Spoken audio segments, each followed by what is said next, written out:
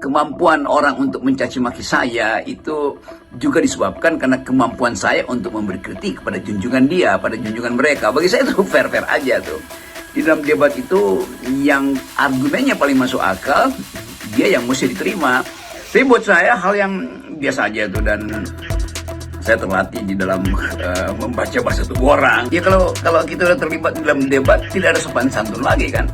Satu-satunya ketidaksopanan adalah menyentuh tubuh lawan debat. Itu yang disebut ketidaksopanan. Dan bahwa menahan emosi dan meruncingkan pikiran itu lebih penting daripada mengumbar amarah itu. Akademisi Roky Gerung akhirnya memberikan pernyataan tentang perdebatan panas yang terjadi antara dirinya dengan Sylvester Matutina, serta bahasa tubuhnya yang begitu tenang saat dihina dan tidak mundur sedikit pun dalam menghadapi situasi seperti itu. Malah seolah terlihat memberikan tubuhnya kepada Sylvester Matutina jika ingin menghajarnya. Tetapi di balik kejadian itu, Roky Gerung mengatakan, satu-satunya ketidaksopanan adalah menyentuh tubuh lawan debat dan menahan emosi serta meruncingkan pikiran.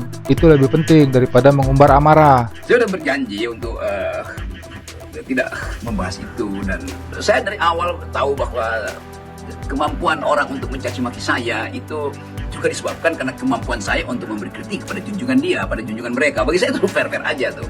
Yang tidak fair kalau misalnya ada pertarungan fisik di situ kan nggak mungkin orang yang might is right gitu, dalam pepatah Inggris itu might is right, artinya yang kuat itu yang benar kan. Di dalam debat itu yang argumennya paling masuk akal, dia yang mesti diterima. Tapi buat saya hal yang biasa aja tuh, dan saya terlatih di dalam membaca bahasa tubuh orang. Karena apapun, kalau Anda seorang dosen atau Anda seseorang yang peka terhadap alam, Anda tahu tanda-tanda di mana kemarahan muncul, tapi di mana kemarahan mesti dihentikan. Dan kewaspadaan itu jadikan cadangan. Kalau saya lagi naik gunung, pasti saya tahu tuh bahaya tubuh kita itu dituntun juga oleh semacam insting bahwa di depan ada bahaya, maka nunduklah. Nah, kadang-kala kita lupa itu, tapi kalau kita terbiasa dengan alam, kita tahu tanda-tanda alam. Lalu Bung Roky menambahkan bahwa dia telah berjanji untuk tidak membicarakan masalah perdebatan itu, tetapi kejadian itu malah bocor dan menjadi viral di media sosial tentang keributan Cico Hakim dan Sylvester Matutina pada saat jeda iklan di acara perdebatan yang berlangsung. Di balik semua kejadian itu, Roky Gerung mengingatkan, di dalam sebuah perdebatan, argumen yang paling masuk akal lah yang harus diterima. Roky juga menginformasikan bahwa dia terlatih dalam membaca bahasa tubuh seseorang disebabkan karena aktivitas dia sebagai dosen dan pendaki gunung yang membuat instingnya menjadi tajam. Ya kalau kita udah terlibat di dalam debat, tidak ada sopan santun lagi kan. Satu-satunya ketidaksopanan adalah menyentuh tubuh lawan debat. Itu yang disebut ketidaksopanan, dan itu bisa kriminal sebetulnya kan. Kan ada semacam etika bahwa Anda boleh caci maki suka-sukamu, Anda boleh pakai apapun, satire, argumen, kemampuan retorika, kemampuan demagogi bahkan itu. Tetapi saya selalu ingin tunjukkan bahwa perdebatan itu adalah soal menghunus pikiran, bukan menghunus kepalan tinju. Jadi kelihatannya kita mesti belajar. Ya, peristiwa itu juga ya, kita pakai aja sebagai alat untuk belajar bahwa menahan emosi dan meruncingkan pikiran itu lebih penting daripada mengumbar amarah itu. Ruang publik hanya boleh diisi oleh argumen publik, itu dasarnya tuh. Nah, semarah-marahnya tetap tidak boleh ada kekerasan tuh. Jadi apapun sepanas-panasnya perdebatan itu hanya boleh pakai kalimat, nggak boleh pakai alat-alat fisik. Politik adalah kemampuan berargumentasi itu. Silat lidah oke, mau nipu di dalam atas panggung oke, mau berbohong oke. Tetapi semua hal yang kita ucapkan secara naratif itu yang menunjukkan bahwa kita matang di dalam politik panggung tuh. Lebih lanjut, pengamat politik ini mengingatkan, perdebatan itu soal menghunus pikiran, bukan menghunus kepalan tinju.